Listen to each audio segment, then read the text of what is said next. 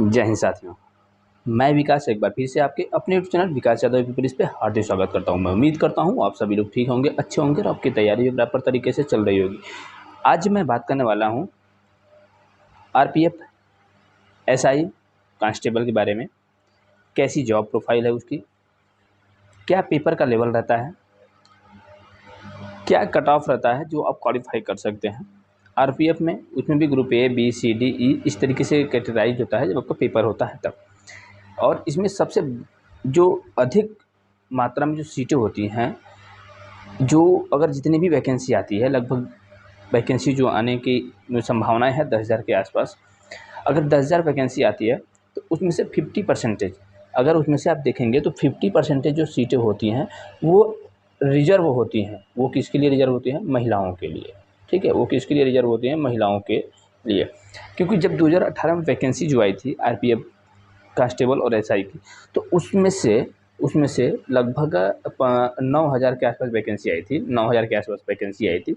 उसमें से 4500 महिलाओं के लिए था और 4500 पुरुषों के लिए था। ठीक है, जब हम लोगों ने पेपर दिया था तो जो पेपर का पैटर्न हुआ था, मैंने आरपीएफ कांस्टेबल का दिया था। आरपीएफ मतलब उसमें आरपीएसएफ और आरपीएफ दोनों होता है। तो कांस्टेबल का मैंने पेपर दिया था, इंटर लेवल का। तो जो कांस्टेबल का मैंने पेपर दिया था तो उसका जो सिलेबस है उसमें उम्र जो होती है वो 18 से 25 वर्ष होती है। एज जो होती है वो 18 से 25 वर्ष होती है। एज आपकी जो होती है 18 से 25 वर्ष होती है। ठीक है, ये जो उसमें उसका फिजिकल भी काफ़ी स्टैंडर्ड लेवल का होता है। फिजिकल जो उसका है वो काफ़ी स्टैंडर्ड लेवल का होता है। रनिंग भी होती है, 1600 मीटर की होती है रनिंग उसमें।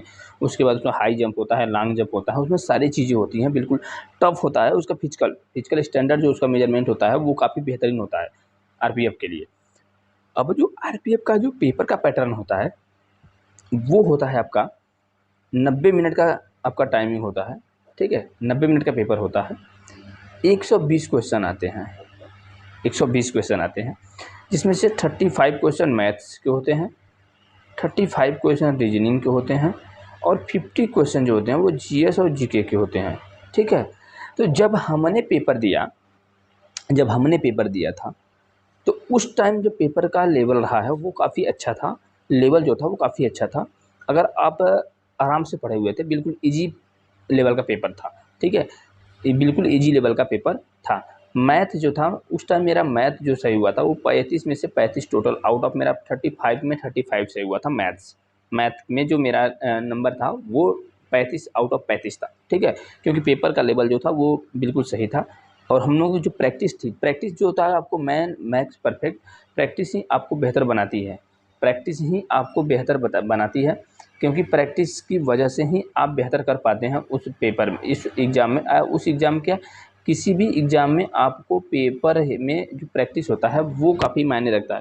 पेपर ही आपको बेहतर बनाती है आपके एग्ज़ामों में। ठीक है, तो जो मेरा मैथ में रहा वो 35 रहा। उसके बाद जो रीजनिंग रहा वो 32 रहा। 35 में से 32 रहा रीजनिंग जो मार्क्स थे। और जीएस जो रहा वो 30 प्लस था। वो क्या रहा? 30 प्लस रहा। उस टाइम जब हम लोगों ने पेपर दिया था तो उस टाइम मुझे लगता है कि कट ऑफ जो गई थी वो 95 प्लस ही गई थी। कट ऑफ जो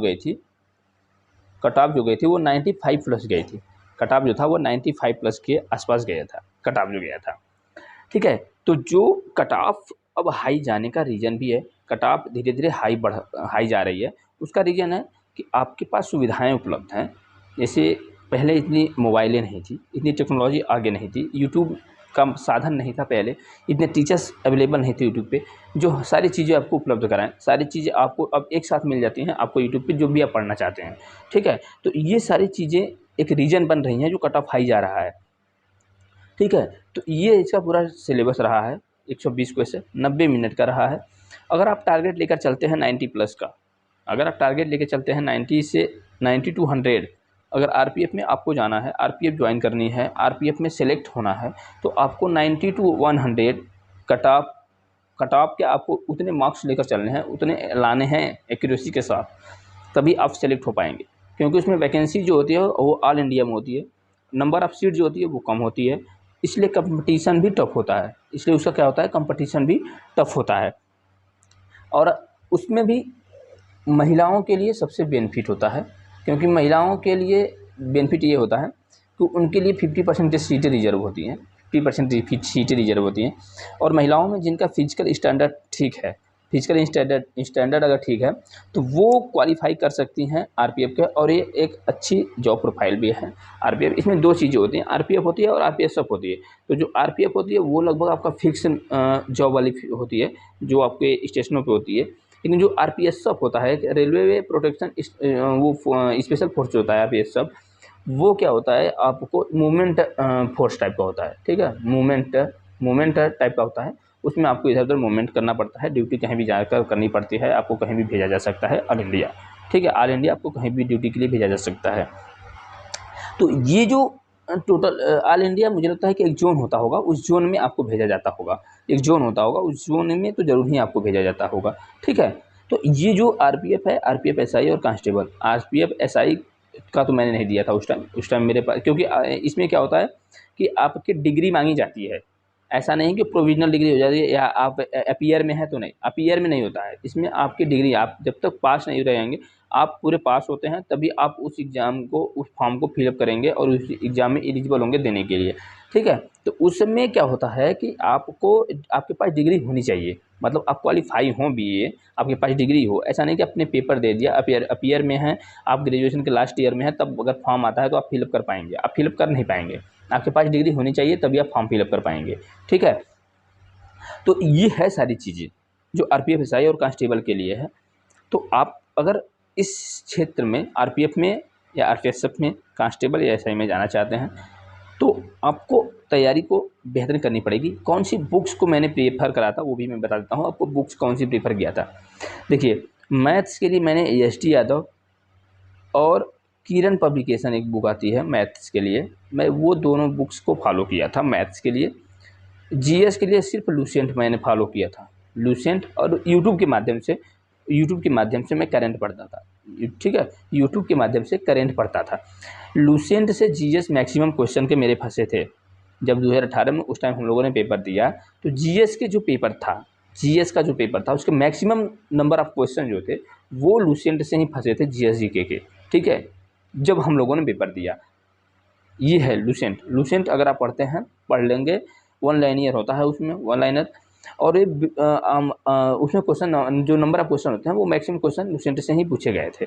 और रीजनिंग भी मैं किसी भी इस तरीके से कोई बुक नहीं, अरिहंत की एक बुक थी, मैं उसे फॉलो किया था, और उसके बाद प्रैक्टिस सेट करता था। मैथ्स और रीजनिंग की जो प्रैक्टिस सेट होती हैं वो मैं क्या जरूर करता था, क्योंकि प्रैक्टिस सेट ही मैथ रीजनिंग आपकी मजबूत कर सकती है, और प्रैक्टिस सेट के द्वारा ही आप मैथ रीजनिंग में बेहतर स्कोर भी करेंगे एक्यूरेसी के साथ, ठीक है। तो आपको ज़्यादा बुक लेने की आवश्यकता नहीं, क्योंकि मैथ रीजनिंग जीके होता है, और लूसेंट आप जीएस के लिए फॉलो कर सकते हैं, मैथ एस.डी. यादव या किरण पब्लिकेशन दोनों में से किसी एक की फॉलो कर सकते हैं, और रीजनिंग के लिए आप अरिहंत की फॉलो कर सकते हैं, और आप प्रैक्टिस सेट कंटिन्यू करते रहें, ठीक है।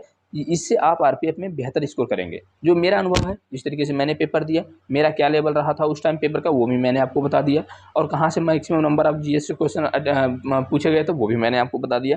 ऐसा नहीं है, आपको प्रूफ के साथ जो मैंने दिया, मैं सारी चीज़ें आपको बताने की पूरी कोशिश करता हूँ, ठीक है, ताकि अगर मेरे बताए गए बातों से जो मैं फॉलो किया, अगर उससे आपको बेनिफिट होता है तो उससे बड़ी चीज़ मेरे लिए नहीं हो सकती है, क्योंकि आपका फ़ायदा, आपका सिलेक्शन ही हमारे लिए सबसे बड़ी खुशी की बात होती है। क्योंकि हम जो चाहते हैं आपसे, हमें ये रहती है कि अब मोटिवेट रहें, क्योंकि मोटिवेट रहना ही सबसे बड़ी एनर्जी होती है आपके लिए, आपके सिलेक्शन के लिए। और वो सिलेक्शन, वो मोटिवेट आपको वहीं से मिल सकता है जो एग्ज़ाम दिया हो, जो एग्ज़ाम क्लियर किया हो, वो आपको बेहतर बता सकता है पेपर के बारे में, पेपर का लेवल क्या रहा है, पेपर का पैटर्न क्या था, किस तरीके के कोई नंबर ऑफ क्वेश्चन आए हुए थे, ठीक है, उन सारी चीज़ों के बारे में। तो ये सारा डिटेल रहा है आपके लिए। तो आप अपनी तैयारी को कंटिन्यू करते रहें, क्योंकि न्यू वैकेंसी भी आने ही वाली है आरपीएफ, एसआई और कांस्टेबल के लिए, ठीक है। और दूसरी चीज़, अगर आप हमारे यूट्यूब चैनल पर नए हैं तो ज़रूर सब्सक्राइब करें, अपने दोस्तों के साथ शेयर करें, ताकि इस तरीके के मोटिवेशन वीडियो जो है और जो भी वह भर्ती से लेटेस्ट अपडेट हो वो आपके थ्रू आपके दोस्तों तक भी पहुँचाई जा सके। ये मेरा लक्ष्य है, ये मेरी कामना है, ठीक है। धन्यवाद सभी साथियों को।